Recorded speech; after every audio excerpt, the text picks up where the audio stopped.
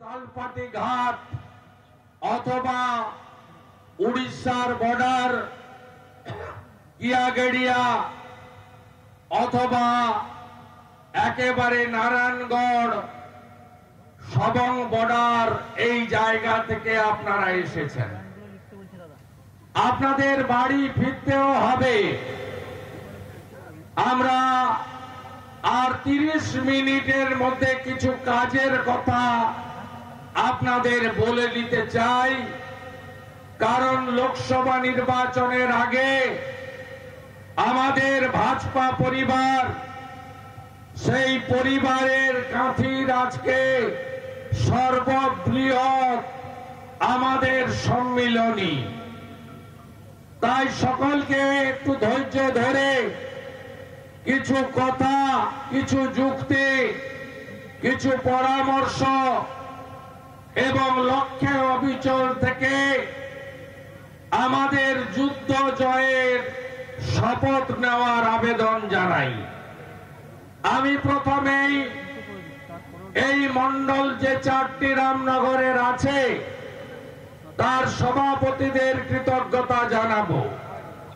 মণ্ডল সভাপতি বিবেকানন্দ পাত্র, 3 নম্বরের সত্যেন পঞ্চাধ্যায়, 2 নম্বরের চন্দন দাস, 1 নম্বরের বিবেক মাইতি এবং অসংখ্য ভলেন্টিয়ার। সাহায্য না পেলে এই সভা হতো না। এই জমির মালিকের নামটা কি? আমি সবচেয়ে আগে কৃতজ্ঞতা দেব এই জমির মালিক রাষ্ট্রবাদী সংখ্যালঘু মুসলিম বাউদ্দিন সাহেবকে। বাউদ্দিন সাহেব এনওসি না দিলে এই সভা আমরা এখানে করতে পারতাম না। তাই এপিজে আব্দুল কালামের ভক্ত বাউদ্দিন সাহেবরাই আমাদের রাষ্ট্রের অহংকার এবং আমাদের সম্পদ। আমি ধন্যবাদ, কৃতজ্ঞতা জানাবো এই জেলার মান্যবর সভাপতি এবং লোকপ্রিয় বিধায়ক বিশিষ্ট শিক্ষাবিদ অরূপ দাস মহোদয়কে। আমি ধন্যবাদ জানাবো আমাদের দলের যে নবগঠিত কাজের বন্টন হয়েছে তাতে হাওড়া, হুগলি, মেদিনীপুর জোনের যিনি জিএস পদাধিকার বলে ইনচার্জ হয়েছেন পুরুলিয়ার লোকপ্রিয় সাংসদ তরুণ নেতা জ্যোতির্ময় সিং মাহাতো মহোদয়কে। আমি কো ইনচার্জ 21 সালের পরে সবচেয়ে বেশি যাকে আপনারা পেয়েছেন আমাদের নেতা মনোজ পান্ডে, তাকে আমি ধন্যবাদ, কৃতজ্ঞতা জানাবো। রাজ্যের সম্পাদক, সংগ্রামী নেতা, নিত্যদিনের সাথী উমেশ রায় মহোদয় মঞ্চে আছেন। আমাদের প্রাক্তন সভাপতি এবং রাজ্য কমিটির সদস্য, কৃতি হোমিওপ্যাথি চিকিৎসক, আমাদের শুভচিন্তক, আশীর্বাদক ডাক্তার অমলেন্দু পাহাড়ি আছেন। আমাদের রাজ্য কমিটির সদস্য, বিশিষ্ট শিক্ষাবিদ প্রাক্তন সভাপতি সোমনাথ রায়। আমাদের মধ্যে আছেন রাজ্য কমিটির সদস্য তথা বিভাগের নতুন দায়িত্বপ্রাপ্ত কো ইনচার্জ, অবসরপ্রাপ্ত সামরিক কর্মী প্রাক্তন সভাপতি মান্যবর তপন মাইতি মহোদয়। আমাদের মধ্যে আমরা পেয়েছি বিধায়ক মাননীয় রবীন্দ্রনাথ মাইতিকে, বিধায়িকা মাননীয় নেত্রী শ্রীমতী সুমিতা সিনহাকে, বিধায়ক তথা সাধারণ সম্পাদক জেলার শান্তনু প্রামাণিক শিক্ষককে, প্রাক্তন বিধায়িকা বিশিষ্ট শিক্ষিকা, রামনগরের জননেতা, স্বাধীনতা সংগ্রামী প্রয়াত বলাইলাল দাস মহাপাত্রের সুযোগ্য কন্যা সম্মানীয় বনশ্রী মাইতি মহোদয়াকে আমরা পেয়েছি। সহসভাপতি তাপস দোলই সহ সমস্ত সহসভাপতিদের, সাধারণ সম্পাদক এখানে আছেন শিক্ষক ডক্টর চন্দ্রশেখর মন্ডল, সাধারণ সম্পাদক প্রাক্তন পুরপ্রধান সৌমেন্দু অধিকারী, সাধারণ সম্পাদিকা মানসী পড়ুয়া এবং সম্মানিত মঞ্চ আনন্দময় অধিকারী সহ প্রত্যেক সাথীকে আমি ধন্যবাদ জানাই। আপনারা জানেন যে আমরা এখানে মিলিত হয়েছি, অনেক আগে ঠিক করেছিলাম আমরা যে আমরা দীঘাতে মিলিত হব। আমাদের সরকারি জায়গা দেওয়া হয়নি, বাধা সৃষ্টি করা হয়েছে। পরবর্তীকালে রামনগরের মন্ডলগুলি অনেক চেষ্টা করে এত বড় কার্যকর্তা সম্মেলন এবং ভারতীয় জনতা পার্টির আজকে কর্মী মহোৎসব এখানে তার ব্যবস্থা নিয়েছেন। আমাদের আজকের এই লক্ষ্য এবং উদ্দেশ্য খুব পরিষ্কার। প্রথম হচ্ছে লোকসভা নির্বাচনে আমরা যশস্বী প্রধানমন্ত্রী নরেন্দ্র মোদীকে কাঁথি আসন উপহার দেব দেব দেব। আমরা জানি কাঁথি না জিতলেও তিনি প্রধানমন্ত্রী হবেন, কিন্তু আমরা কাঁথিবাসী, কাঁথির সাংগঠনিক কর্মীরা রাষ্ট্রের স্বার্থে, দেশের স্বার্থে পরবর্তীকালে পশ্চিমবঙ্গে ডবল ইঞ্জিন সরকার, রাষ্ট্রবাদী সরকার তৈরি করার স্বার্থে আমরা কাঁথি লোকসভা কেন্দ্র শুধু দেব না, অনেক বিরাট ভোটে জিতিয়ে আমাদের পদ্ম ফুলের যিনি প্রার্থী হবেন তাকে আমরা দিল্লিতে পাঠাবো। গত 2021 সালে বিধানসভা নির্বাচনে এই কেন্দ্রে 7টির মধ্যে 4টিতে আমরা জয়যুক্ত হয়েছি। রাজ্যের যে কেন্দ্রগুলিতে লোকসভা অনুযায়ী ভারতীয় জনতা পার্টি এগিয়ে আছে সে তার মধ্যে কাঁথিও আছে। যদিও আপনারা জানেন 2021 সালে আমরাই সরকার করতাম, পঞ্চম দফার পরে করোনা কোভিড, নরেন্দ্র মোদীজির সভা করোনার কারণে বন্ধ হয়ে যাওয়া এবং কিছু ইলেকট্রনিক্স মিডিয়াকে দিয়ে মৃত্যুর আতঙ্ক ছড়িয়ে দেওয়ার ফলে ষষ্ঠ, সপ্তম, অষ্টম দফার নির্বাচন আমাদের ভোটাররা অনেকেই ভোটমুখী হননি। তার বাইরেও গণনা কেন্দ্রে লুট হয়েছে।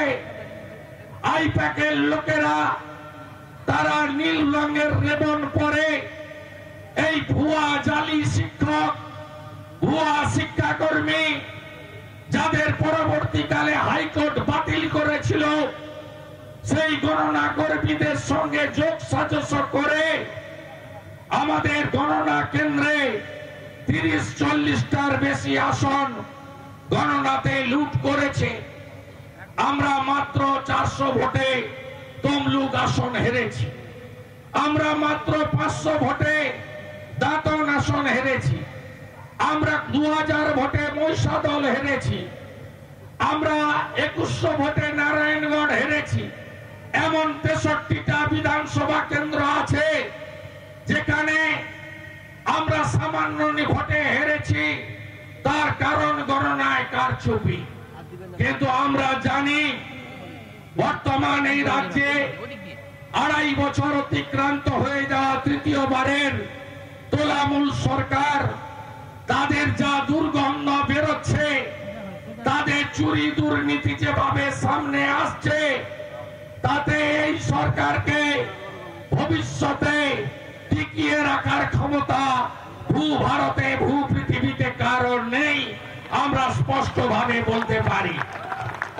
আমি আমার সংগ্রামী কর্মীদের বলবো, কৃচ্ছ সাধন, সংযম ব্রত, লক্ষ্যে অবিচল থেকে ব্যাপকভাবে জনসমর্থন বাড়ানো, মানুষের সঙ্গে জনসংযোগ বৃদ্ধি করা, প্রতিটা চুরি দুর্নীতি সে পাঠাগার কমিটির হতে পারে, সমবায় সমিতির হতে পারে, পঞ্চায়েত পুরসভার হতে পারে, বা সার্বিকভাবে এই রাজ্য সরকারের হতে পারে, বা তোলামূলে স্থানীয় নেতাদের হতে পারে, তার বিরুদ্ধে আপনাদের একদিকে আইনি লড়াই, আরটিআই করা, তথ্য সংগ্রহ করা, সেই তথ্য জনগণের কাছে তুলে ধরা এবং সাথে সাথে রাজনৈতিক কর্মসূচির মধ্য দিয়ে এর তীব্র প্রতিবাদ করে গড়ে তোলা, এটা আমাদের করতে হবে।